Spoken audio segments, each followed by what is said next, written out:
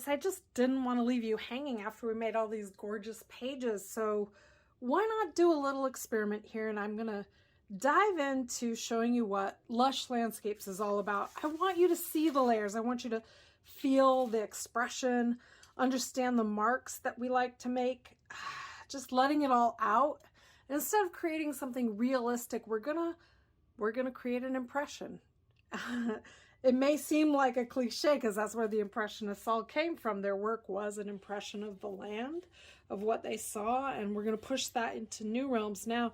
Maybe a little abstract expressionism. I love to start by making marks. This is how I loosen up. This is how I set the page free. This is so that I don't feel like all that I'm doing is recreating what I see. Now, there's nothing wrong with that. That's, you know, to each their own, what they want to create. But the whole point here is to break free of our molds. And I want you to be able to see that that's what we're going to be doing in this course. Lush Landscapes is all about understanding how the power of design is going to set you free to make more abstract work. Plus, it's fun, all these layers of mixed media. So you're probably wondering, what supplies am I using right now? This is my favorite paper. It's called Stonehenge. It comes in all different colors. My favorite is usually the craft color, but I've got this cream color right now. I'm creating all these like messy layers. This isn't even going to show when we get to the end. In fact, you know, I'm going to start now by warming it up. I've got graphite in there. It's water soluble. I put some gesso on, and now I'm just giving some Indian yellow hue. My whole goal right at this moment is to just free up the page and not think about it being so perfect. And once you've done that, you have the ability to really kind of let loose and make this as abstract or realistic as you want through the layers that we're going to create. Now, I have things like magazine pages. They look gorgeous when incorporated into your work, especially when it's just peeking out a little bit. So I have that set to the side. Look at how cool this is. This is from National Geographic. It's a bear's fur. Can you imagine how cool that texture would look without even realizing what it is? Think outside of the box with your layers. Now, think outside of your box for collage material. I love book pages. This is from a French poetry book. And then I like to purchase stuff too. I mean, handmade papers with all kinds of textures in it, and then those bold prints. I'm not sure what I'm going to use. I just want to show you what's possible and all the different materials we're going to be diving into in Lush Landscapes. Plus, of course, the pages that we made ourselves. So now this is looking yellowish greenish almost, not my intention, but you know, once that dries and we start adding more layers, I think it's going to look amazing. Back to that brayer again. Let's add a little bit more. We've got brown, little Van Dyke hue, because that dark, that texture, that's going to make a difference in how this piece turns out. Now, I don't want to cover the whole thing. I just want to give it that value. We really need value. And look, we can, both ends work. But when we start pushing the value, that helps really giving our work some dimension. Well, we're going to talk about color, value, design, composition. These are all really important factors when creating work. What it looks like in the end, whether it looks realistic or not, is not the important part. The important part is understanding these basic values. That's what's going to make a dynamic piece. I've got a great start here. It's like really interesting. The next step I love to do is just adding in some collage elements. I use extra heavy gel matte medium. It's my favorite because it tends to wrinkle things just a little less, but any medium will work. Matte medium, Mod Podge, it's your choice. Just as long as you have something on hand. But yes, it's a thicker paste, but what I like is it tends to just not be as wet. So I'm going to pick a piece of, I'm looking for the right one. I love it when I use the arrow. There's something about that in the work that's loads of fun. And I'm thinking about the entire composition, what's already happening, And then I'm thinking also what will make a good landscape. Mind you, if you end up putting something in a place that you didn't really want, well, it's great because acrylic paint can just cover it right up. So right now I'm adding in those layers, but that's a little thick. So I've got it smoothed on there. This is a really thin piece of paper, so I don't really need it to be too thick. There we go. Look at how that just kind of fits in with this. And I want to get in some of these handmade papers that we made together. But what am I going to use next? Do I have an overall vision when I start? No, I have to confess, I really don't. What I do is I start looking at shapes and designs and how they're going to look in this until the composition starts to show it to me. Maybe that's a little counterintuitive to some of you. I know that is going to look really interesting. I think these colors might be a little much for this piece, so I'm going to pull back on that. I have this on hand because it's pretty neutral, but I want to come in with some of this. This is really fascinating to me and how that might work into this, but I'm going to bring in green because it really is part of this. I mean, I think we've already got this kind of vertical thing happening here that could be really fascinating. Let's go for it. Let's just take a risk on that. Do I want it here? Do I want to keep? I think I'm going to put it in here. And then I might be using this piece as well. Let's just see. I'll play around with it for a minute.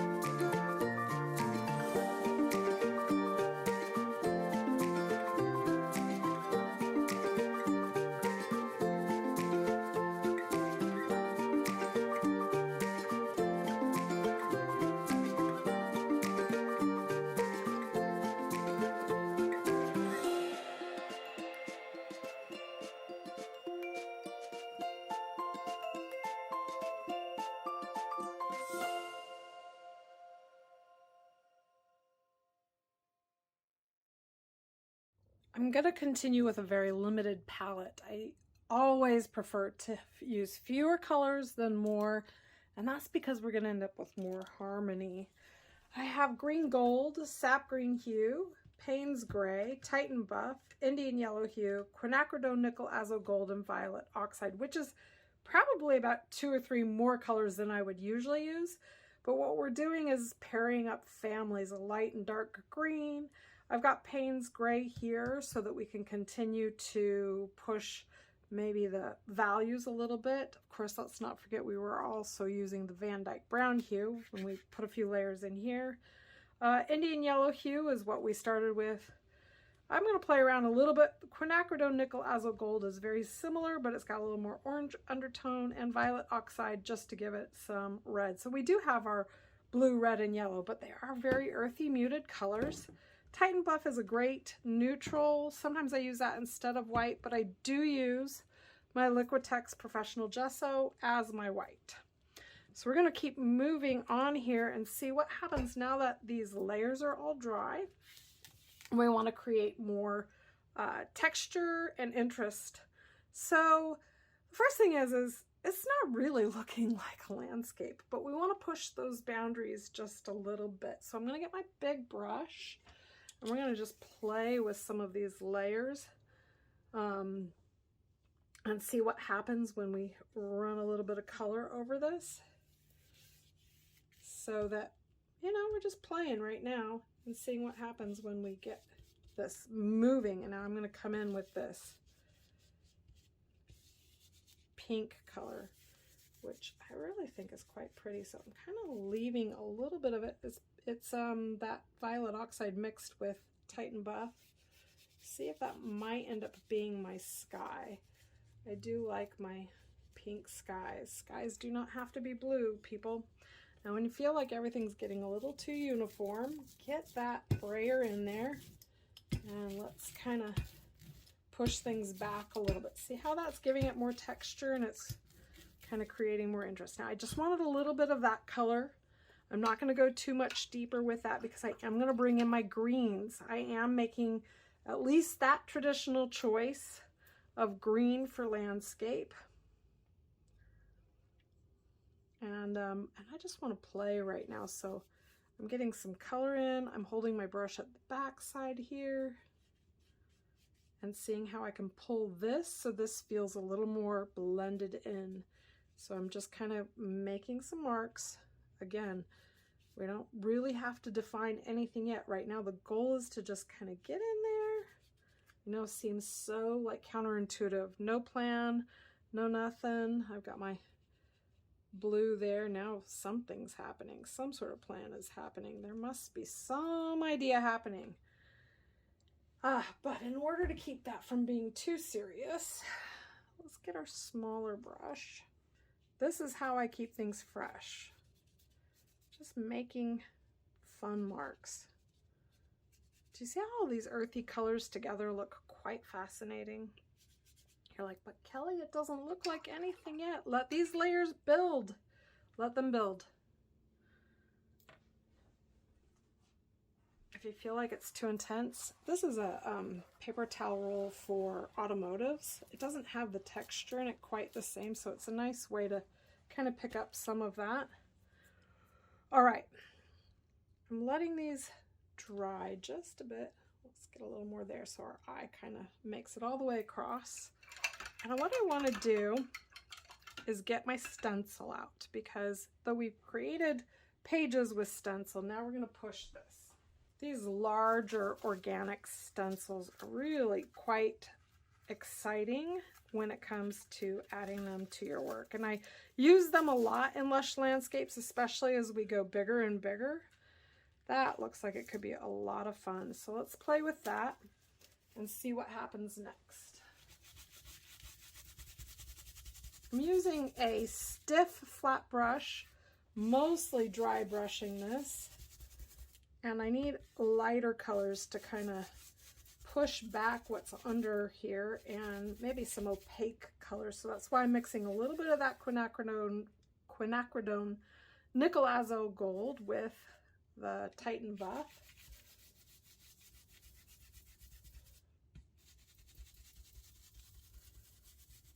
And that's also filling in a lot of these spots where we have a lot of white still showing through. I'm going to use a little bit more green on this side and see if that doesn't give it more of a landscape feel to tie it into this tree. Remember, we're not, my goal isn't to leave that just hanging there like a big glued on sticker. I'm going to use a little bit of this and see what happens.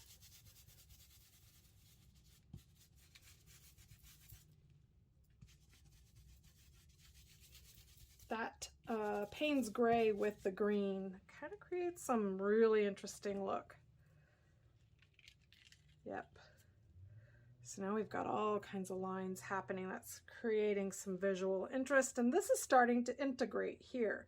I'm going to do another stencil. All right, so leaves. This stencil's so gorgeous. Leaves look like trees. I'm leaving that. I'm going to mix some of this green, a little bit of the nickel azo gold to keep it muted, and some more of the Titan buff. I'm just mixing these colors kind of intuitively. If you've taken any of my classes, you're gonna know I spend a lot of time talking about color. Color is my thing. Let's see if we can't give this a little bit of a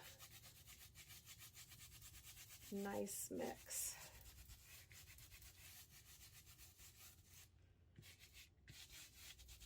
Now these layers are starting to build. Oh yeah, look, so that's creating some real interest. We need to let it dry.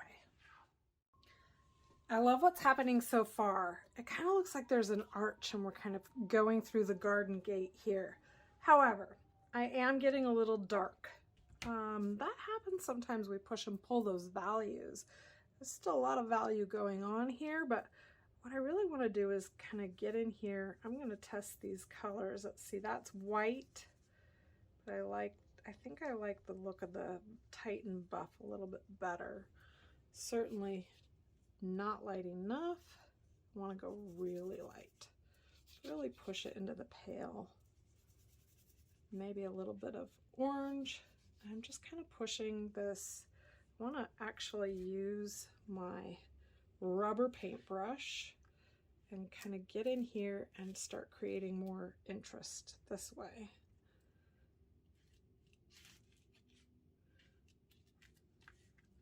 Because it's getting dark and I want to be able to push that light factor. There we go. Now we're getting interesting.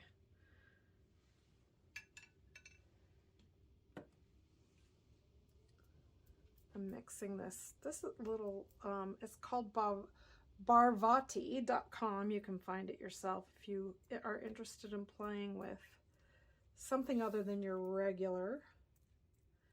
I feel like what I need is a lot of white. And this is the thing that we forget. A lot more white, a lot lighter, because it dries a lot darker than you would expect. I'm gonna come in here with, there we go. Really love the contrast of the pink with the green. It's kind of one of my obsessions lately, if you haven't noticed. But let's push this. What we need now is something unexpected. And this is one of my secret tricks, oil pastel. Right through that. Look at how it just kind of gives it this interesting line work. I want to use something that's a little more pinkish. Maybe that's closer to it. That way, as I'm making my marks, it's kind of monochromatic the way I think of it. So I don't really want too much that's going to be outside that norm, but I'm creating some interest and kind of pushing this around. That's kind of stopping my eye there, but I'm going to keep going. Keep going and playing. We need to get a little bit of this, making kind of a, well, it's kind of muddy. That's okay. We want some earthy colors coming in here.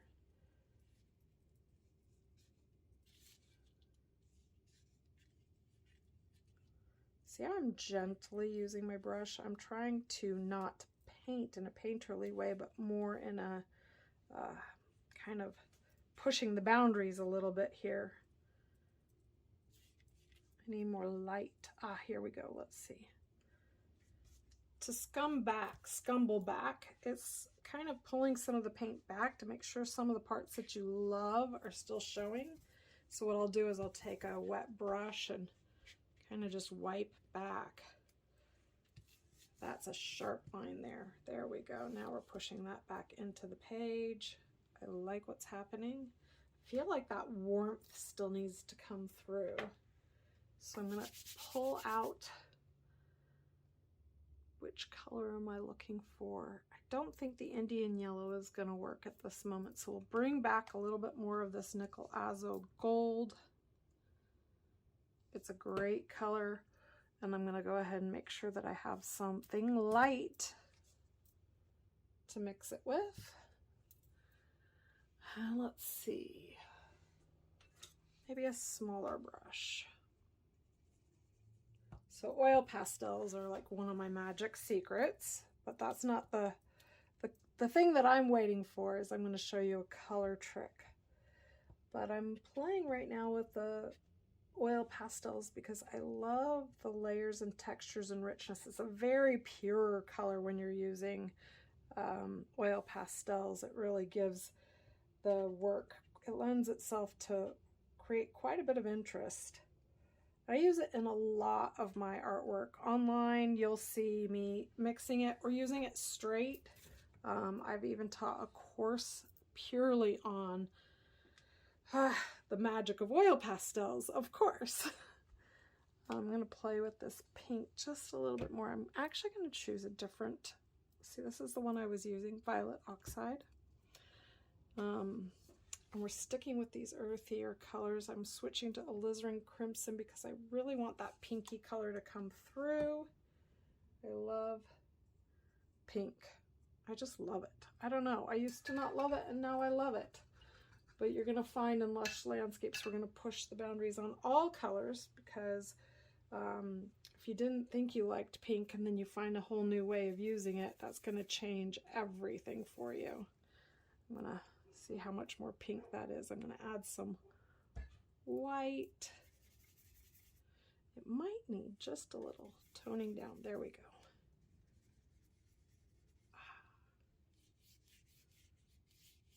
I love that. There we go. It was a little purpley before, and now I'm getting it into that more of a, yeah, warm peachy color is my favorite. So are we having fun yet, my friends? The whole point of Lush Landscapes is to really give you an outlet so that you're not stuck doing the same thing you've always done. But you can look with fresh eyes and say, I know a new way that I can come in here and create this work. And it doesn't have to be, you know, traditional. That will look gorgeous right there. But I'm going to put it in, and I'm not going to paint over it. I want this to be part of my light. So I'm just playing still. I want you to know that I work very intuitively, and that's because I've spent years painting. So if you're struggling with intuitively picking where your work's going to go and how you're going to lay it all out, it might be because you just need more practice. I mean, with practice, it's going to build that confidence that you need in order to really, you know, push yourself into new realms. See me, I'm trying to get that on there without getting too much color on it.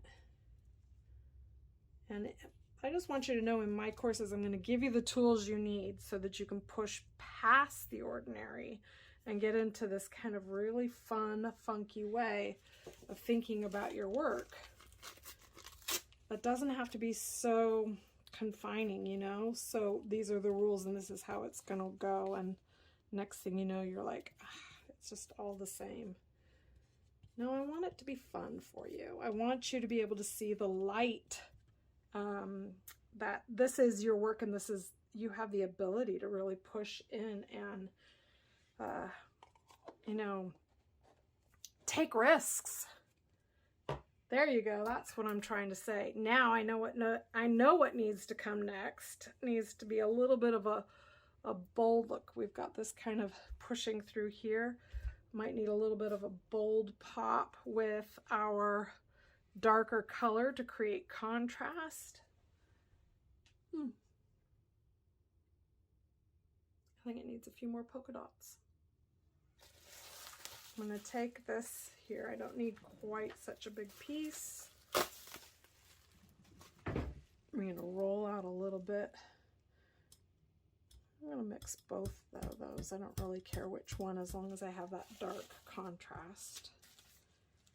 I'm going to roll it on my just a little. Don't go overboard, because that's when you're going to be like, crap, I can't undo that.